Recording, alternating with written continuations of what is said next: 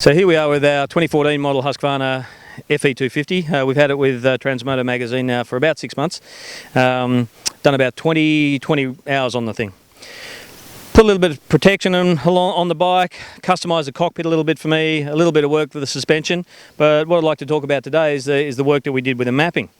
So I think there's probably a misconception that because obviously manufacturers spend so much time and effort to develop maps to optimise the mapping of the bike, you sort of think that can't be improved, other than changing the mapping to fit sort of certain engine mods. But that's clearly not the case, and I think in particular with KTM, Husqvarna and now Husqvarna all using the same platform, that same fuel-injected EXC engine range since the 2012 model, the things come very rich from the factory, and you can tell that by when you just look inside your muffler, and particularly inside the end cap, and it's black and sooty.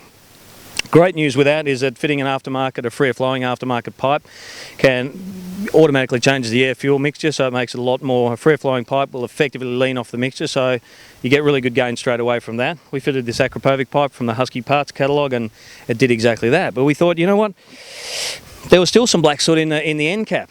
And we thought, you know what, it's probably still running a little bit rich, which is when we grabbed our ECU out of it, and on advice of a lot of people, guys like Jeff Ballard, Kirk Hutton, Damien Smith, Benny Grabham, all these guys that worked with a guy called Rex Fleiter from Fuel Talk up in Queensland. He's a former enduro champion himself in Queensland, Rex, and working together with these guys. He does a little bit of work on the dyno, but he spends a lot of his time really at the seat of the pants, and he's managed to convert his expertise in jetting over into mapping and ECUs.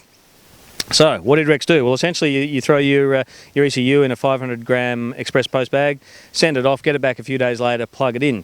Obviously, so we could get a feel back to back on the differences it made, I got a standard ECU out of a standard FE250, and we went back to back with a few of the boys here and did some testing, and I got to say the difference is, it's surprising, it's astronomical. It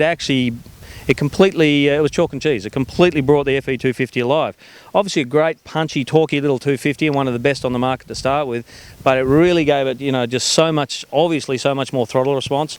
That allows you to short shift the bike, run it around in taller gears, run it smoother, pop the front end, use less clutch, basically ride the thing a whole lot smoother, and it essentially feels like it's got a big bore kit in it. The difference was really astounding. So what did Rex do? Rex leaned off the fuel mixture further across the entire rev range. He also advanced the ignition. A lot of people are very concerned about advancing ignition, but he's obviously done that within safe range. And the combination of the two is, as I've told you, it just completely transformed the bike. There's another little change he does with something called an acceleration correction, which is just as important as some of the ignition and fuel changes as well.